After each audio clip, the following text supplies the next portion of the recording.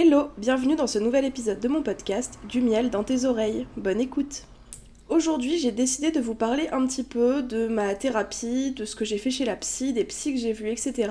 Et surtout de l'EMDR, je vous en parle très régulièrement en live parce que ça a été révolutionnaire pour moi. Et on m'a laissé sous-entendre ce matin que ce serait intéressant que j'en fasse un épisode de podcast, donc c'est parti. Je vais essayer de rester un peu chronologique, donc je vais d'abord vous commencer par vous parler de mon histoire avec la psychologie entre guillemets. Quand j'étais jeune, je pensais que les psys c'était que pour les fous, etc.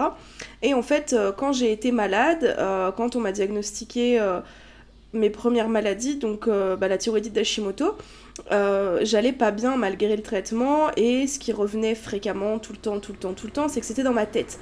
Donc voilà, j'ai entendu pendant des années que c'était dans ma tête, et du coup j'ai fini par dire bah ok c'est dans ma tête, bah donnez-moi le numéro d'un psy en fait. Et le médecin remplaçant de mon médecin traitant à l'époque a été sur les pages jaunes sur son ordinateur et m'a donné du coup le numéro d'un psy à Metz qui voyait les enfants parce que j'étais encore mineure à l'époque et donc j'ai été voir cette psy. Alors j'y ai pas été longtemps, déjà parce que je l'aimais pas, clairement, et que financièrement c'était pas forcément possible parce que c'était assez cher. Donc je crois que je l'ai vue 3 fois, quelque chose comme ça. Mais déjà la première fois que je l'ai vue, bah forcément elle m'a demandé de faire un peu le bilan euh, de ma vie, lui raconter un petit peu depuis que j'étais petite, etc. Et mes parents sont divorcés, et mes parents ont divorcé quand j'étais très jeune, j'avais 18 mois je crois quand mes parents ont divorcé. Et pour elle, c'était forcément ça le problème.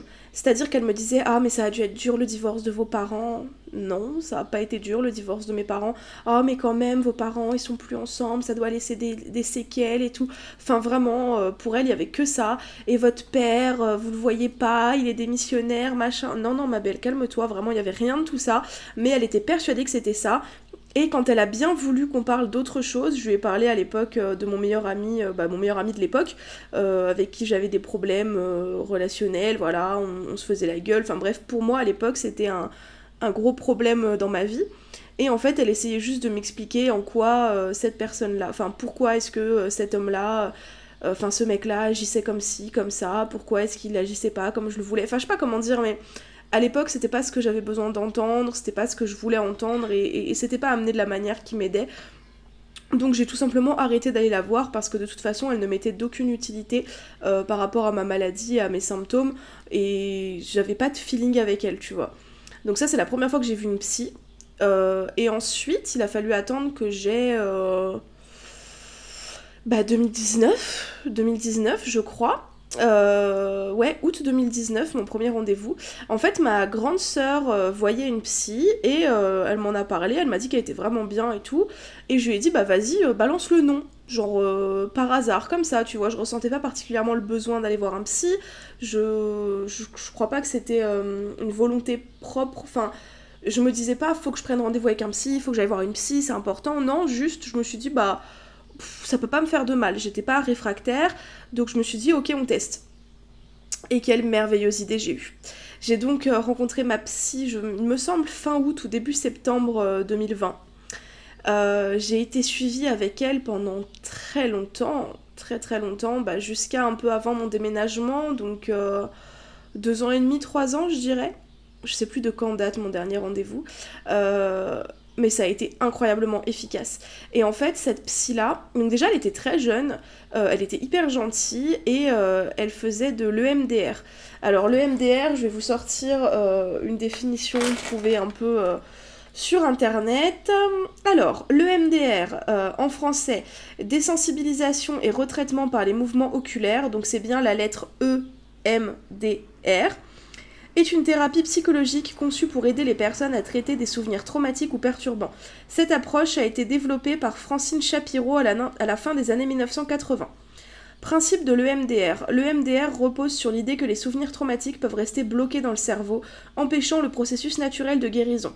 Ces souvenirs non traités continuent à causer des souffrances émotionnelles et des symptômes liés au traumatisme, comme l'anxiété, les flashbacks, les cauchemars, etc. Donc effectivement c'est comme ça que la psy me l'a présenté au début.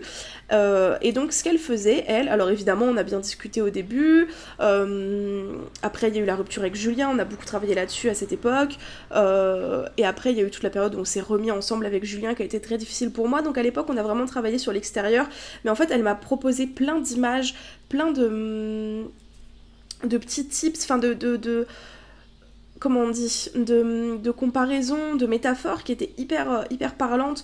Par exemple, elle m'expliquait que tous les traumas, etc., dans notre cerveau, c'était comme une énorme boule de nœuds. Et tu commences pas à démêler un nœud par l'intérieur, tu commences toujours par l'extérieur.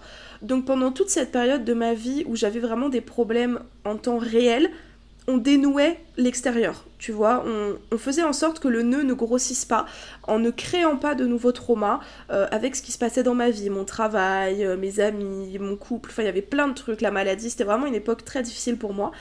Donc on se contentait d'empêcher que ça grossisse. Et elle m'a beaucoup aidée à cette époque. Et ensuite on a attaqué le cœur du problème, et on a attaqué le nœud en lui-même. Mais c'était des toutes petites choses, des tout petits fils tirés les uns après les autres, et force est de constater que ça a été extrêmement efficace et que moi je pense que ça a changé ma vie. Je ne serais pas la femme que je suis aujourd'hui si je n'avais pas été aidée par ma psy. Vraiment je la remercie du fond du cœur d'avoir fait ce travail incroyable. Mais en fait... Oh, j'ai perdu le fil de ma pensée. Flûte alors. Je ne sais plus ce que j'allais dire. Bon, je ne sais plus ce que j'allais dire, c'est pas grave, ça va me revenir. C'est d'ailleurs un exemple des choses qui se passaient beaucoup en EMDR. Donc en fait, ce qu'elle faisait, c'est que... Donc oui, déjà, je me suis présentée, on a parlé un peu de mes problèmes, etc. Et pour vous raconter une séance type, j'arrivais... Je lui raconte... Ah oui, putain, c'est bon, je vais y arriver. Waouh, c'est dur, faut que je note, parce que sinon je vais oublier des trucs. Donc, ce que je voulais dire, c'est qu'on entend fréquemment parler de MDR sur les réseaux sociaux, et il y a beaucoup de gens qui ont essayé et qui disent « c'est pas pour moi, c'est trop dur, ça m'a fait plonger dans mes traumas fois 1000, c'est pire que rien », enfin voilà, comme quoi c'est le pire truc à faire et que ce n'est pas adapté à tout le monde. Eh bien, je ne suis pas d'accord, parce qu'effectivement, le MDR, c'est dur. C'est extrêmement dur. Mais... comment expliquer ? En fait, moi, pendant tout le long de ma thérapie, ça allait pas. C'est-à-dire que t'avais rendez-vous le lundi, admettons. Le lundi, tu faisais ton rendez-vous. Le mardi et le mercredi, t'étais au bout de ta vie, ça allait pas. Tu faisais des cauchemars, des crises d'angoisse, t'étais de mauvaise humeur, etc. Après, pendant 2 semaines, ça allait. Et puis après, le samedi et le dimanche précédent ta prochaine séance, tu te grattais les veines, t'en pouvais plus, t'étais irritable et t'avais besoin de ta dose. Et t'y retournais le lundi, et ça recommençait comme ça, éternellement. Donc effectivement, c'est très difficile. Pendant toute la période de traitement, c'est extrêmement compliqué. Mais il faut savoir aussi que le MDR, pour certaines choses, ça peut être extrêmement rapide. Par exemple, quand c'est dans le cadre d'une phobie ou d'un traumatisme seul, ça peut se régler en 4, 5 séances, 6 séances, tu vois. On n'a pas forcément besoin de 15 000 séances. Moi, j'ai fait énormément de séances parce que je pense que j'en avais besoin, que j'avais beaucoup de choses à régler et que j'étais demandeuse de ça. C'est-à-dire que moi, je vous en parlerai après, mais j'avais vraiment peur de ce qu'il allait se passer après ma thérapie. Donc tout ça pour revenir sur le fait qu'il y a des gens qui ont peur de l'EMDR et qui disent que c'est négatif et que ça ne leur apporte rien et que c'est pas fait pour eux. Je suis pas forcément d'accord, je pense que c'est des gens qui n'ont pas été au bout du traitement et qui n'ont pas eu le courage de continuer le traitement.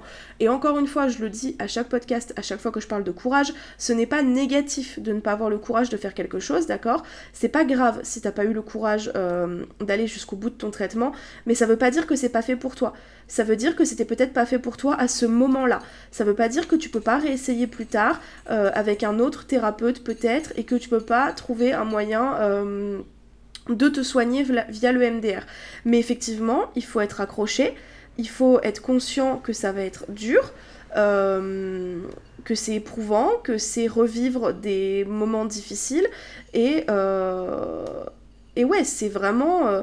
à chaque fois qu'on parle de santé mentale, etc., on dit que c'est un lourd travail à faire sur soi-même. Le MDR, c'est un travail extrêmement lourd à faire sur soi-même. C'est-à-dire qu'il faut accepter la difficulté de se replonger dans ses souvenirs, de revivre ses souvenirs, de revivre ses traumas. Donc effectivement, il y a beaucoup de choses qui sont difficiles. Il va y avoir de la dissociation, il va y avoir des souvenirs qui vont revenir alors que tu les avais complètement oubliés. En fait, le principe, c'est que, donc, comme je disais tout à l'heure, t'as un gros nœud. t'as un énorme nœud dans ta tête. Alors il faut savoir que, j'essaye, vraiment je vous jure que j'essaye d'être cohérente et concise et construite, mais j'y arrive pas, je pars dans tous les sens, je suis vraiment désolée, j'espère que c'est compréhensible quand même. En gros, t'as un gros nœud dans ton cerveau, donc je t'explique comment fonctionne le MDR d'abord. D'abord, ça fait déjà 10 minutes, c'est pas grave. T'as un gros nœud dans ton cerveau, avec plein de petites broutilles partout. Quand tu vois un nœud, tout le monde sait ce que c'est qu'un nœud, si tu le laisses comme ça grossit, ça grossit, ça grossit, ça grossit, ça grossit. Il faut savoir que dans une journée, il se passe énormément de choses. Ton cerveau, il emmagasine énormément d'informations tout au long de la journée. Et le soir, quand tu dors, ton cerveau, il va classer tout ça dans des petits classeurs. Tu vois, oh bah ça c'est ce qu'on a mangé, donc il met dans un classeur manger, ça c'est inutile, hop, ça part directement à la poubelle, et ton cerveau il classe tout ce que t'as fait dans la journée. C'est pour ça qu'il y a des choses dont tu te souviens pas, des choses dont tu te souviens, des choses qui sont drôles, enfin tu vois, les souvenirs sont différents, il y a des souvenirs qui vont être visuels, des souvenirs qui vont être avec l'odorat, enfin bref. Ton cerveau, pendant que tu dors, il classe tout ça. Et il classe tout ça à un moment très particulier de ton sommeil. Alors attendez, je vais te retrouver ça. Piou piou piou pou pou pou. Je sais pas, mais il va te faire ça à un moment très précis de ton sommeil où tes yeux vont bouger, enfin bref, c'est un moment particulier de ton sommeil parce que vous le savez, on l'a tous appris à l'école, le sommeil est divisé en plusieurs phases, etc. etc. Bref, donc ton cerveau il range tout ton bordel. Sauf que les traumas c'est trop dur à ranger. Les traumas, c'est un bordel qui est trop dur. Le cerveau ne sait pas où les ranger. Peut-être que ça fait peur au cerveau. Vous savez que le subconscient est extrêmement difficile à comprendre. Et le subconscient est surtout extrêmement doué pour nous auto-saboter. Donc, quand ton cerveau il voit un gros tas de merde au milieu, qui s'est passé dans ta journée, il se dit, bah merde, j'ai pas envie de m'en occuper. Donc il va le laisser traîner au milieu. Et ça, c'est ton premier gros tas de merde. Ça peut être n'importe quoi, hein. Des fois c'est des conneries. Donc t'as ton premier gros tas de merde là qui est au milieu de ta journée, là au milieu de ta tête, et ton cerveau l'a pas traité. Et puis il va continuer à vivre sa petite vie, et puis 2 semaines après il y a un nouveau tas de merde. Oh bah, on va le laisser avec le tas de merde précédent. Donc ça grossit le tas de merde. Et le tas de merde, il est plein de fils, il est plein de nœuds, et ça grossit, et ça grossit. Et à chaque fois que ton cerveau n'arrive pas à traiter une information, ça se rajoute au tas de nœuds, ça se rajoute au tas de nœuds, ça se rajoute au tas de nœuds, ça se rajoute au tas de nœuds. Et t'arrives à 24 ans, moins du coup, à 20 ans, à être terrorisé par les manèges à sensations, à avoir peur de l'eau, à avoir une peur panique des insectes, à avoir peur du noir, à faire des crises d'angoisse, à avoir peur du foot, à ne pas être capable de relationner avec certaines personnes, à ne pas être capable de tenir des relations amicales, et tu te retrouves du coup à l'âge adulte comme un gros con avec ton énorme tas de nœuds qui n'a jamais été traité et qui te fait souffrir quotidiennement. Parce que le problème, c'est que ce tas de nœuds qui n'est pas traité, c'est un traumatisme. Et la différence entre un traumatisme et un mauvais souvenir, c'est qu'un mauvais souvenir, il est rangé. Il est désagréable, on n'a pas envie d'y penser, et c'est une période sombre de notre vie, mais c'est un souvenir, donc c'est rangé, on ne s'en occupe plus. Un traumatisme, lui, il va se réactiver quand il veut. C'est-à-dire que si tu sens une odeur dans un magasin, hop, le traumatisme il se réactive. Et puis il fait une petite boule de nœud en plus. Et puis il va appeler le reste du nœud, tu vois. Ah, tu te souviens, cette odeur, elle est au milieu du nœud. Et puis, avec l'odeur, il y avait la douleur. Avec l'odeur, il y avait la tristesse. Avec l'odeur, il y avait l'humiliation. Avec l'odeur, il y avait la violence. Et ça fait ressortir. Et c'est le principe d'un traumatisme, c'est que tu vas revivre, tu vas avoir des séquelles, en fait, liées à ton traumatisme. Qui peut être aussi appelé stress post-traumatique, etc., etc. Et donc ça, c'est parce que tes traumas n'ont pas été réglés et que ton gros tas de merde, il continue à traîner dans ton cerveau. Donc ça, c'est le fonctionnement de ta journée. Et ce que va faire le MDR, c'est que ça va venir ranger ton cerveau. Et je vous jure que c'est vrai. Je vous l'explique avec mes mots à moi, bien sûr, mais ça vient ranger ton cerveau. Sauf que pour ranger ton cerveau, et tu le sais, quand tu ranges ta chambre, quand tu ranges ton garage, quand tu ranges ton grenier, tu tombes sur des trucs que t'avais oubliés. Tu tombes sur des trucs que t'avais oubliés, qui te rappellent des souvenirs, qui te font revivre des trucs. Bah là, c'est pareil. Tu vas tomber sur des trucs que t'avais oubliés. Tu vas démêler des trucs que t'avais oubliés. Et en démêlant les trucs, tu vas être obligé de les revoir. Tu vas être obligé de les revivre. Tu vas être obligé d'y repenser. Et tu vas être obligé de les déterrer. Et c'est ça qui est difficile dans le MDR, c'est qu'il faut déterrer, voir, revivre et enfin classer. Et le principe de l'EMDR, donc pour vous expliquer une séance type que j'avais moi avec ma psy, donc j'arrivais. Je vous fais une séance type au milieu de la thérapie. J'allais dire de notre thérapie, comme si ma psy, elle faisait la thérapie avec moi, tu sais. J'arrivais en séance, et elle me demandait comment ça allait depuis la dernière fois. C'était toujours ça, comment ça va depuis la dernière fois. Alors soit j'avais rien à raconter, soit j'avais plein de trucs à raconter. Et mon cerveau, il savait très bien pourquoi il était là. Et en fait, je ne choisissais pas de quoi on parlait. Alors des fois, ça arrivait. Des fois, ça arrivait que ma psy, elle me dise la prochaine fois, on va parler de ça. Et moi, j'étais en mode PTDR, t'es qui? On va archi pas parler de ça, en fait. Bref, c'est un autre sujet. Hop, je le note avant de l'oublier pour tout à l'heure.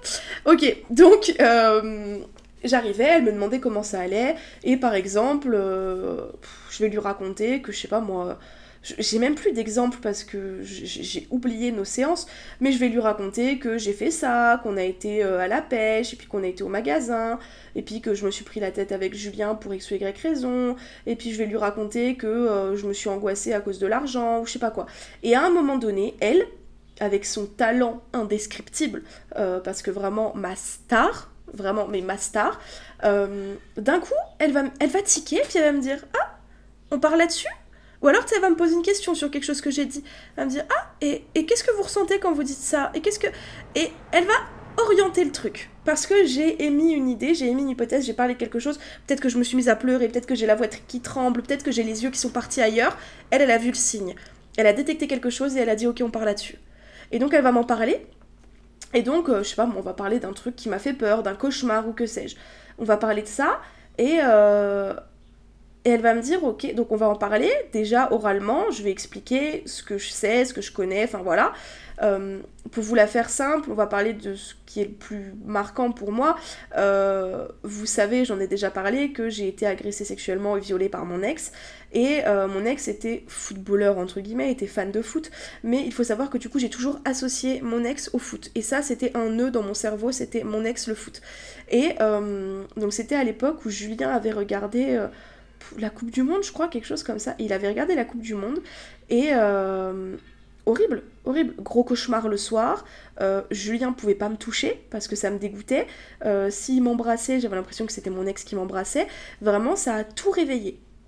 Et donc ça, j'en ai parlé à ma psy. Et je lui ai dit, voilà, je lui ai dit, bah j'ai fait un cauchemar, après que Julien ait regardé le foot, parce que je pense que ça m'a fait penser à mon ex, machin, patati patata, qui m'a fait ceci, cela. Il faut savoir aussi qu'elle était hyper douce, dans le sens où elle me disait toujours, vous n'êtes pas obligé de me dire. C'est-à-dire que tout ce qui était violence sexuelle, etc., elle me disait, vous n'êtes pas obligé de m'en parler. Elle me disait, vous pouvez... Parce qu'en gros, putain, je me perds. Mais en gros, quand elle avait tiqué sur un truc, on en parlait un peu, et quand elle sentait qu'on était vraiment sur le point culminant, elle me disait, ok, on y va. Et donc là, on faisait le traitement. Elle me disait, on va retraiter ça.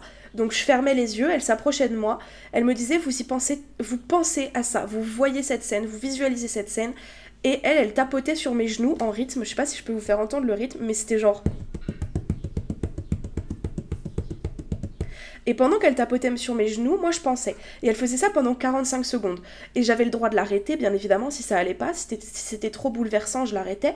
Et quand j'ouvrais les yeux, des fois je pleurais, des fois je pleurais pas.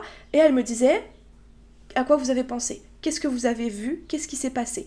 Et des fois, ça partait sur autre chose. Par exemple, je sais pas moi, une fois je me souviens de cette scène-là où je me suis réveillée. J'ai ouvert les yeux et je lui ai dit, j'ai pensé à rien. Elle m'a dit, c'est-à-dire? Je lui ai dit, bah, j'ai pensé que j'allais m'acheter un nouveau téléphone et que en m'achetant mon nouveau téléphone, j'allais pouvoir changer de numéro de téléphone. Elle me dit, pourquoi vous voulez changer de numéro de téléphone? Et à cette époque, j'étais en gros conflit avec ma famille et voilà, avec plein de choses, parce que je vous rappelle que ça allait pas du tout à cette époque, bien évidemment. Et je lui ai dit, bah, si je change de numéro de téléphone, bah, ils auront plus mon numéro et ils pourront plus me contacter et je serai tranquille. Et elle m'a dit, mais vous voyez, vous avez pas pensé à rien. Vous avez pensé au fait que vous voudriez ne plus être contacté par ces personnes-là en changeant de numéro. Elle me dit, vous avez pas pensé à rien. Vous avez essayé d'éviter. C'est-à-dire que mon cerveau, le premier truc qu'il a vu, c'est un truc trop lourd à dire, trop lourd à porter, trop lourd à... Parce que c'est lourd de dire ça. C'est lourd d'admettre, j'ai envie qu'au point, au moment où j'en étais, au point où j'en étais, à cette époque-là, mon cerveau avait comme envie... me proposait comme solution, change de numéro de téléphone et ne le donne à personne. Et forcément, bah, y a une part de toi aussi, de ton cerveau, qui veut te protéger de tes propres pensées parce que ton subconscient sait que tu prends pas toujours les bonnes décisions. Et donc, mon cerveau m'a dit non, ne pense pas à ça, ne fais pas ça, pense à autre chose. Et j'ai pensé à autre chose. Et ça, c'était l'évitement. Et ça m'arrivait très fréquemment. Ça m'arrivait très fréquemment de penser à quelque chose qui était totalement hors sujet et on n'arrivait pas forcément à revenir sur le sujet, ou des fois on y arrivait, mais... Et mon cerveau ne voulait pas aller là-dessus parce que des fois c'était pas le moment. Peut-être que justement c'était trop le cœur du problème et qu'il y avait encore des petits nœuds à déterrer autour, tu vois. Et du coup mon cerveau ne voulait pas aller là-dessus et donc on partait sur autre chose, c'est pas grave. Et quand on faisait ça, ma psy me disait justement, vous n'êtes pas obligé de me dire. Quand on parlait des violences sexuelles, elle me dit, vous n'êtes pas obligé de me raconter ce que vous voyez. Vous n'êtes pas obligé de me le dire. Et c'est con, mais ça aide parce que ça aurait été extrêmement dur de verbaliser certaines choses, je pense, à une époque. Certaines scènes de violence que j'ai subies, ça aurait été extrêmement difficile de les verbaliser. Et donc juste, je lui disais, ok, c'est bon. Et juste, je lui faisais signe. Je lui disais, ok, c'est bon. Et je disais juste, je me sens mal, je me sens ceci, je me sens cela. Et elle me disait, ok, on peut y retourner, on y retournait, jusqu'à ce que j'ai envie de parler à nouveau. Et donc, il y a eu des séances où je lui ai pas expliqué ce qui se passait dans ma tête. Parce qu'elle n'avait pas besoin de savoir, qu'elle n'avait pas envie de savoir, qu'elle était juste, elle faisait juste le traitement. Ce qui se passait dans ma tête, ça ne concernait que moi, c'était mon retraitement à moi. Donc voilà, elle m'a jamais obligée à lui parler de certaines choses, ni rien. Et en fait, moi, ce que j'adore avec le MDR, c'est que c'est un vrai traitement. Comparé à la première psy que j'avais vue, où je me contentais de parler avec elle, le MDR, c'est un vrai traitement. C'est-à-dire qu'on fait quelque chose de concret. On se contente pas de se regarder dans le blanc des yeux, de se parler et de se donner des conseils. C'est pas juste une psy qui va te dire « Oh là là, mais vous savez, vous devriez faire des exercices de respiration le soir avant de dormir. » Non. La psy, elle faisait son truc, c'était efficace et c'était... il se passait quelque chose de concret en fait. C'était pas juste psychologique, c'était pas juste du blabla. Elle était en train de soigner mon cerveau malade. Et c'était incroyable. Et donc voilà, donc il y avait ces rendez-vous où elle faisait ça, où j'étais pas obligée de dire. Et on continuait comme ça pendant toute la séance. Elle tapotait, je pensais à autre chose. Je lui disais, j'ai pensé à ceci, j'ai pensé à cela, et ça nous faisait partir sur un autre truc, jusqu'à ce qu'elle sente que ça allait et qu'elle me dise comment vous vous sentez. Et souvent, je lui disais, ce que je disais le plus à chaque fois, c'était je me sens confiante. C'est-à-dire qu'entre le moment où j'entrais dans le cabinet, le moment où on commençait le MDR, donc le moment où on commençait le traitement de la séance, et le moment où on finissait le traitement de la séance, je savais qu'il s'était débloqué quelque chose. Et je savais qu'elle allait réussir à tout débloquer. À chaque fois, j'étais confiante. Ce que je lui disais à chaque fois, c'était « je sais que ça va aller mieux ». Maintenant, je le crois quand je dis que ça va aller mieux.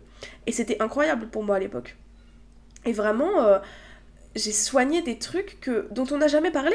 C'est-à-dire qu'on a beaucoup parlé de ma famille, forcément, on a beaucoup parlé de mon ex, on a beaucoup parlé de plein de trucs. Mais... il y a des choses que j'ai soignées sans m'en rendre compte. Je vous le disais au début, j'avais peur du vide, j'avais peur de l'eau, j'avais peur du noir, j'avais peur des insectes. Maintenant, je suis capable de faire des manèges à sensations, chose qui était totalement impossible avant. Maintenant, je suis capable de faire du bateau, chose qui était impossible à une certaine époque, mais vraiment impossible de chez impossible. J'ai moins peur du noir qu'avant. Donc, j'ai moins peur et je peux maintenant ressentir un parfum sans que ça réveille quoi que ce soit de traumatique. Et je peux même vous dire, je pense que je ne me souviens plus de l'odeur du parfum de mon ex. Alors qu'à une époque, c'était vraiment encore présent. En fait, le problème du traumatisme, c'est que c'est encore présent, que ton cerveau ne l'a pas traité et que du coup, ton cerveau ne peut pas l'oublier. On dit, il n'y a que le temps qui fait son travail, etc., pour oublier certaines choses douloureuses. Sauf que si ton cerveau n'a pas retraité l'information douloureuse, eh ben, le temps ne peut rien y faire parce que l'information douloureuse va rester en première ligne tout le temps, tout le temps, tout le temps, tout le temps, tout le temps. Donc oui, le temps fait son job, mais pas que. Le temps peut être aidé parce que des fois, il y a des choses que tu n'arrives pas à traiter. Après, je saurais pas vous dire comment on définit que quelque chose est un traumatisme ou pas, et comment on définit qu'on a besoin de faire soigner un traumatisme ou pas. Ça, j'en sais rien, très honnêtement. Je sais pas du tout, mais je pense que de toute façon, tout le monde a besoin d'aller voir un psy. Je pense que ça peut faire de mal à personne d'aller voir un psy. Et je pense que nos générations, donc les gens de mon âge ou plus jeunes, ont tous quelque chose... Honnêtement, je pense que tout le monde a un trauma à soigner. N'importe lequel. On se construit autour de nos traumas et on a tous vécu quelque chose de traumatisant à notre échelle, que ce soit une humiliation à l'école, que ce soit une rupture. Un trauma n'est pas forcément grave. Un trauma, ça peut être quelque chose de tout con. Moi, le trauma de ma peur du vide, c'est qu'un jour, avec mon père, on est parti à Nigloland et on a fait le manège... on a fait la grande tour qui tombe de 100 mètres de haut. Et j'ai vu, très honnêtement, j'ai vu la mort. J'ai vu mon âme sortir de mon corps. C'était horrible. Et depuis ce jour-là, je n'étais plus capable de faire quoi que ce soit en hauteur ou à sensation. C'était horrible. Et pourtant, c'était juste un manège. Enfin, c'est pas un traumatisme en soi quand t'entends traumatisme, tu vois. C'était pas un accident, c'était pas... Tu vois, non, c'était un manège. Mais ça m'a traumatisé. Mon cerveau n'a pas été capable de traiter cette information-là. Et ben ma psy, elle a été capable de le faire. Ma psy, elle a été capable de traiter cette information-là et donc de faire partir le trauma. Et ce qu'elle m'avait dit au début, et vraiment ça m'avait... il me semble qu'à l'époque, ça m'avait semblé hyper choquant et que j'avais pas forcément aimé ce qu'elle m'avait dit, c'est qu'elle m'avait dit que je n'oublierai jamais. Elle m'avait dit, vous n'oublierez jamais ce qui s'est passé, mais ça va juste devenir un mauvais souvenir. Et je sais qu'il y a beaucoup de gens qui se construisent autour de leur traumatisme aussi, ça je reviendrai après dessus parce que c'est intéressant. Mais à l'époque, je me disais, mais elle est qui, elle, pour vouloir m'enlever une partie de mon identité? Parce qu'on ne on peut pas nier le fait que quand on a vécu quelque chose de traumatisant, vu que tout se construit autour de ce traumatisme-là, on a l'impression qu'on n'a que ça. Donc moi, quand on me dit, je vais t'enlever le fait que... je vais t'enlever la partie de ton identité qui dit que tu es une femme violée, bah ça fait un peu peur. Et du coup, moi, je me suis dit, non, mais attends, elle se prend pour qui? Elle va dire que ça va juste devenir un mauvais souvenir. Mais en fait, elle avait raison. Elle avait complètement raison, et ce traumatisme est juste devenu un mauvais souvenir. Maintenant, ce n'est plus un trauma. Et vraiment, c'est merveilleux de pouvoir dire ça. Et moi, je le dis à chaque fois, il y a beaucoup de gens qui disent qu'on se remet pas d'un viol, etc. Alors, j'ai pas vécu le viol le plus violent de l'univers, même si je pense pas qu'on puisse hiérarchiser ce genre de choses. Je sais qu'on me le dit régulièrement et qu'il y a une espèce de syndrome de l'imposteur, entre guillemets, comme si j'étais pas une bonne victime, je sais pas comment expliquer. Mais moi, je m'en suis remis. Je me suis fait violer, je m'en suis remis. Parce que j'ai soigné ça. Parce que j'ai soigné le trauma et que maintenant, c'est juste un mauvais souvenir. Et je pense qu'on peut se remettre de tout. Alors j'ai pas tout vécu, donc je peux pas t'affirmer qu'on puisse se remettre de tout, notamment au niveau du deuil, je peux pas dire, mais tout ce qui est trauma extérieur, j'ai une amie qui a vécu un grave accident de la route et qui en est encore très traumatisée, et depuis que je la connais, j'essaye de l'orienter vers le MDR et elle veut pas forcément. Et l'autre jour, elle s'est un petit peu ouverte au sujet quand je lui ai fait comprendre qu'il fallait vraiment qu'elle y aille, mais ça lui faisait peur. Et c'est normal que ça fasse peur.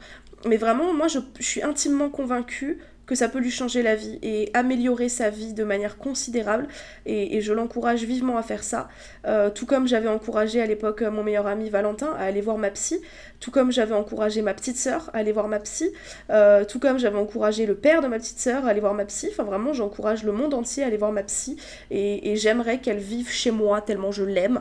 Ça fait très psychopathe, mais je vous jure, elle a tellement changé ma vie. Et pour revenir sur ça, il y a donc la peur de l'après-thérapie. Moi, j'en parlais souvent à ma psy, je lui disais, mais si vous m'enlevez tout ce que je suis, si vous m'enlevez tous mes traumas sur lesquels je me suis construite, qui est-ce que je vais être après? Et ben en fait, t'es la même personne, mais sans trauma. Alors c'est très compliqué de visualiser la personne que tu peux être sans tes traumas, mais en fait, t'es juste toi en mieux. T'es toi sans les angoisses, t'es toi sans le stress, t'es toi sans les cauchemars, t'es toi sans la panique, t'es toi sans les phobies. Et en fait, tu n'es que le positif de toi. Et c'est merveilleux. Mais ça fait peur, hein. Moi, j'ai vraiment souvent dit à ma psy, oui, mais je vais être quoi si je n'ai plus peur du vide, si je ne suis plus une femme violée, si je ne suis plus une femme en colère, si j'ai plus la colère, si j'ai plus la peur, si j'ai plus l'angoisse, si j'ai plus les cauchemars, qu'est-ce que je suis et qu'est-ce que j'ai?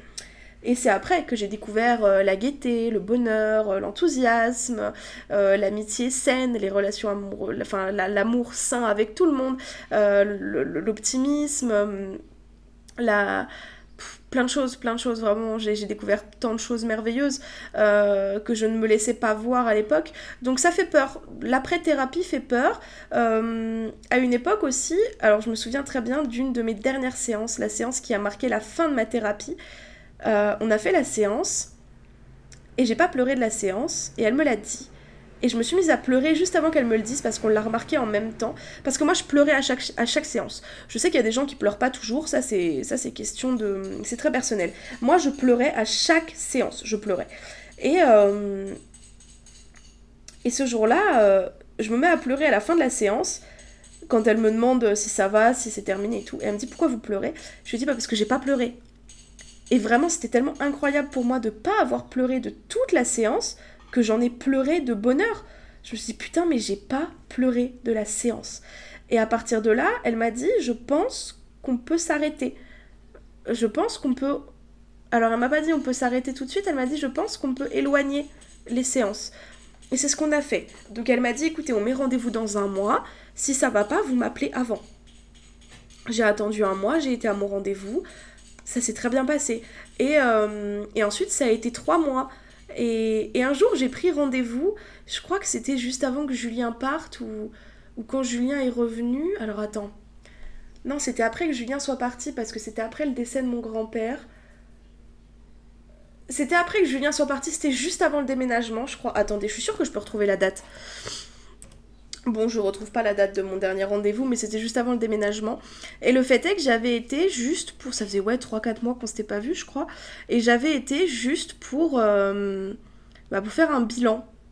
Ça va, j'ai réussi à gérer avec les chiens, j'ai réussi à gérer l'absence de Julien, on a trouvé notre maison, j'ai réussi à gérer le décès de mon grand-père, parce que ça c'était quelque chose dont on parlait très fréquemment.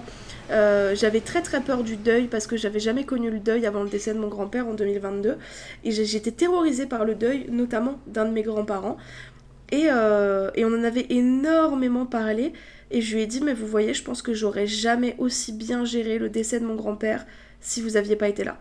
Très honnêtement, si j'avais pas fait ma thérapie, je pense que j'aurais jamais géré aussi bien le décès de mon grand-père. Et je suis fière de la manière dont j'ai géré le décès de mon papy parce que ça s'est bien passé, c'est pas devenu traumatisant. Bah voilà, je suis triste, il me manque. Mais le deuil a été très doux finalement parce que j'avais soigné mes autres traumas et ma peur de l'abandon et j'avais soigné plein de trucs. Et du coup, ça a été très facile, mais j'y suis retournée donc la dernière fois vraiment pour me valider. Et c'est ce qu'elle m'a dit à la fin. Elle m'a dit en fait, ce que vous voulez, c'est que je vous dise que vous vous en sortez bien. Et je lui ai dit ouais. Je lui ai dit j'ai vraiment besoin de ça. Et c'est ce qu'elle m'a dit. Elle m'a dit mais vous vous en sortez bien. Et à partir de là, on a arrêté de se voir. J'ai voulu prendre rendez-vous une fois en visio, je crois, avec elle quand j'avais déménagé. Puis au final, ça s'est pas fait. Mais ouais, j'avais eu besoin de validation. Et là, et elle m'a dit, et ça c'est très rassurant aussi, je prends un peu comme exemple, comme le fait que j'ai arrêté de fumer, mais qu'il me reste des clopes qu'il me reste toujours des clopes à la maison si jamais j'ai besoin. Elle m'avait dit, vous avez été ma patiente une fois, vous serez ma patiente toujours. Elle m'a dit, vous faites partie de ma patientèle, donc si dans 5 mois, 10 ans, 50 ans, voilà, si dans 3 ans vous avez besoin de moi, vous m'appelez et je serai là. Et ça, je trouve ça incroyable parce que du coup, c'est hyper rassurant de me dire que si demain il se passe quoi que ce soit d'horrible, elle sera là pour m'aider à gérer. Et je suis pas toute seule dans la nature. Et même si je sais gérer ce qui m'arrive aujourd'hui, si un jour je sais plus gérer, eh ben elle sera là. Et vraiment, le MDR m'a fait beaucoup de bien, mais je pense que le MDR ne m'aurait pas fait autant de bien si ce n'avait pas été cette psy-là. Je lui ai déjà dit, mais vraiment, elle m'a sauvé la vie. Elle a... Je pense qu'il y a peu de personnes envers qui je suis aussi reconnaissante qu'envers elle. Alors ça m'a coûté 60 € la séance, hein. J'ai fait beaucoup de séances, mais je regretterai jamais. Je regretterai jamais toutes ces séances et tout cet argent investi pour ma santé mentale. Parce qu'aujourd'hui, je suis sereine, je suis posée, je suis plus angoissée, je fais plus de cauchemars, je pleure plus. C'est des trucs tout cons, mais je ne pleure plus pour rien comme avant. Je suis beaucoup plus zen, beaucoup plus sereine, beaucoup plus posée, beaucoup plus optimiste. Et je suis heureuse, quoi. Et je pensais jamais pouvoir dire ça. À une époque, j'étais persuadée que de toute façon, dès qu'il m'arrivait quelque chose de bien, il allait m'arriver quelque chose d'horrible après, parce que je méritais pas le bonheur, parce que dès qu'il m'arrivait quelque chose de positif, il se passait forcément 100 fois pire après. J'étais persuadée que la vie ne valait pas la peine d'être vécue, parce que je savais les choses horribles qui allaient m'arriver. Et elle m'a dit plein de choses comme ça. Une fois, je lui ai dit, mais ça sert à quoi de me battre tous les jours alors que je sais que mes grands-parents vont mourir, je sais que ma maladie va s'aggraver, je sais que mon chien va mourir, c'est des trucs cons, mais je savais que la vie allait être merdique. Et elle m'a dit, mais vous savez tout ce qui va se passer de mal, mais vous savez pas tout ce qui va se passer de bien. Et elle a raison, en fait. Il se passe beaucoup plus de choses bien que de choses mauvaises. Mais pour ça, il faut accepter de les voir. Il faut accepter de voir les choses positives. Et pour accepter de voir les choses positives, il faut leur laisser de la place dans notre esprit. Et pour leur laisser de la place dans notre esprit, il faut dégager le gros tas de merde qui est au milieu de notre tête. Et je pense que je vais arrêter là-dessus parce que je pense que j'ai tout dit. Je vais vous redire, j'avais demandé une définition à ChatGPT et il me semble que la suite était intéressante aussi. Alors, processus de l'EMDR, identification du souvenir traumatique. Le patient identifie un souvenir spécifique qui cause la détresse. Préparation, le thérapeute prépare le patient en lui expliquant le processus et en s'assurant qu'il dispose de techniques pour gérer l'anxiété qui pourrait survenir pendant la séance. Ça, c'est ce que je vous avais expliqué justement. La psy me disait que je pouvais arrêter à tout moment, etc. Stimulation bilatérale. Le cœur de la thérapie EMDR consiste à utiliser une stimulation bilatérale du cerveau, souvent réalisée par des mouvements oculaires guidés par le thérapeute. Le patient suit le doigt ou un objet que le thérapeute déplace d'un côté à l'autre, ou alors ça peut être des tapotements ou des sons alternés. Donc ça, c'est la stimulation qui va se passer quand tu as les yeux fermés et que tu penses. Pendant la stimulation bilatérale, le patient se concentre sur le souvenir traumatique. Cette phase vise à retraiter le souvenir, c'est-à-dire diminuer l'impact émotionnel négatif associé à ce souvenir. Intégration, le patient réévalue le souvenir après les séries de stimulation et le thérapeute l'aide à intégrer de nouvelles perceptions ou pensées positives. C'est exactement ça, c'est peut-être plus clair que ce que je vous expliquais avant, c'est peut-être moins clair, je ne sais pas, mais en tout cas c'est hyper efficace. L'EMDR est principalement utilisé pour traiter le trouble de stress post-traumatique, mais il peut également être efficace pour d'autres troubles tels que l'anxiété généralisée, les phobies, la dépression, les addictions, les troubles du comportement alimentaire ou le deuil compliqué. L'EMDR est soutenu par de nombreuses études qui montrent son efficacité pour le traitement des traumatismes. De nombreuses organisations internationales de santé comme l'OMS reconnaissent l'EMDR comme un traitement de choix pour le stress post-traumatique. Conclusion, l'EMDR est une approche thérapeutique puissante pour aider les personnes à surmonter des épreuves traumatisantes. Après, il me dit si vous pensez que cette thérapie pourrait vous être utile pour vous, quelqu'un que vous connaissez, il est important de compléter. Spoiler alerte, tout de même, il y a des psys qui se font passer pour des psys qui font de l'EMDR, mais ce n'est pas forcément vrai. Donc ne tombez pas chez le premier charlatan qui passe. Vous n'êtes pas obligé d'avoir le feeling avec le premier psy que vous rencontrez. Vous pouvez en voir 15 avant d'avoir un feeling. Oui, ça coûte cher, mais ça vaut le coup, vraiment. Si c'est 60 balles par mois, honnêtement, faites-le. Même si c'est dur, même si ça fait un trou dans le budget, même si ça vous force à peut-être faire des restrictions sur autre chose, si vous pensez que vous en avez besoin, faites-le. Moi, ça a pris beaucoup de temps parce que je ne voulais pas me détacher de ma psy. Moi, j'ai eu très très peur de me détacher d'elle. Il y a eu beaucoup de séances qui n'étaient pas nécessaires, mais parce que j'avais l'impression que si je la lâchais, j'allais sombrer à nouveau. Mais il y a des choses qui se soignent extrêmement vite. Il y a des phobies qui se soignent en une séance. Il y a des traumatismes qui se soignent en 5-6 séances. Donc si vous y allez pour quelque chose de très précis, c'est très efficace et ça peut être assez rapide. Après, si vous y allez pour retraiter l'entièreté de votre vie et de votre enfance, effectivement, ça peut être un peu plus long. Mais très honnêtement, je vous encourage vivement à le faire si vous pensez en avoir besoin. Si vous avez des questions, n'hésitez pas à m'envoyer un message. Je suis ouverte, vraiment, voilà, je réponds à tout le monde. Je tiens quand même à vous préciser quand on parle de sujets comme ça, comme je l'ai déjà dit dans d'autres podcasts, je vous demanderai de me mettre un avertissement. Si jamais vous me parlez de violences sexuelles, de deuil, de quoi que ce soit, de traumatisant pour vous, je veux bien que vous m'avertissiez que le message que vous m'envoyez a un contenu traumatisant, parce que je veux être prête à lire le message. Voilà, sinon je vous répondrai, il n'y a pas de souci, je réponds à tout le monde. J'adorerais vous conseiller ma psy, amis qui m'écoutent et qui sont en Lorraine. Malheureusement, elle ne prend plus de nouveaux patients. Voilà. Forcément, elle est victime de son succès. Je pense que j'ai tout dit. La séance type, l'évitement, ça j'ai dit. Le premier rendez-vous, je vous en ai pas parlé. Le premier rendez-vous, je vous en ai pas parlé. Ça aussi, ça m'avait grave impressionné sur mon premier rendez-vous. Petit truc tout con. Mais elle me demande de lui retracer ma vie. Et donc je parle un peu de mon enfance, voilà, le divorce de mes parents, le déménagement, le collège, le brevet, voilà, l'école, voilà, le lycée, blablabla, le travail. Ok, aujourd'hui on en est là. Et elle me dit, mais il s'est rien passé au collège. Je lui dis, bah si, mais tu sais, j'avais pas parlé du collège. J'avais vraiment fait un trou sur 4 ans de ma vie, quoi. J'avais juste dit qu'on avait déménagé et c'est tout. Et elle me dit, mais il s'est passé quelque chose au collège. Je lui dis, oui, je sais pas. Et je voulais pas lui dire qu'est-ce qui s'était passé au collège.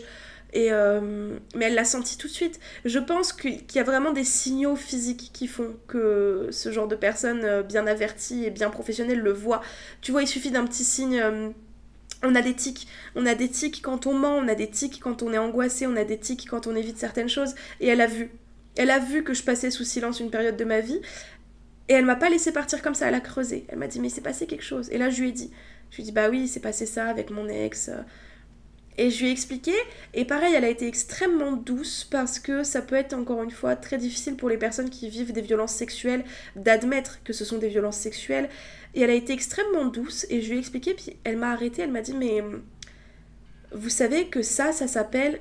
Et elle n'a pas eu le temps de finir et je lui ai dit oui je sais c'est un viol. Et, en fait, elle l'a pas dit, elle a attendu que ce soit moi qui le dise. Elle voulait pas me le jeter à la gueule. Elle voulait pas me jeter à la gueule, tu t'es fait violer par ton ex, parce que si tu l'as pas encore admis, ça peut être extrêmement violent à entendre. Donc elle m'a laissé le dire moi-même, pour que ce soit moins violent. Et vraiment, j'ai appris énormément de choses à ses côtés, dont je me sers quotidiennement. Ça a changé ma vie. Je serais pas la femme que je serais aujourd'hui si j'avais pas été suivie par ma psy. Débo, si tu passes par là, j'en doute, mais vraiment, je t'aime. T'as changé ma vie. Vous avez changé ma vie, on se voyait. Voilà, I love you. J'aimerais vous vouer un culte éternel. Voilà, donc moi j'ai fait de l'EMDR. Ça a changé ma vie. J'ai fait plusieurs années de thérapie, 2 ans et demi, 3 ans de thérapie intensive par moment. Parfois c'était une fois par semaine, parfois c'était une fois par mois. Ça m'a coûté cher, ça m'a coûté beaucoup de larmes et beaucoup d'angoisse et beaucoup de difficultés parce qu'il fallait revivre les choses, il fallait y repenser et il fallait les remettre en lumière parce que tu ne peux pas les retraiter si tu les oublies et que tu les caches dans un coin. Il a fallu tout démêler, ça a été un sacré bordel. Mais maintenant c'est vachement bien rangé dans ma tête et ça fait un bien fou. Merci à toi d'avoir écouté ce nouvel épisode de mon podcast Du miel dans tes oreilles. N'hésite pas à m'envoyer un mail ou un message si tu as des questions. N'hésite pas à me suivre sur mes réseaux sociaux. Je te fais des bisous et je te dis à la semaine prochaine pour un nouvel épisode de mon podcast Du miel dans tes oreilles.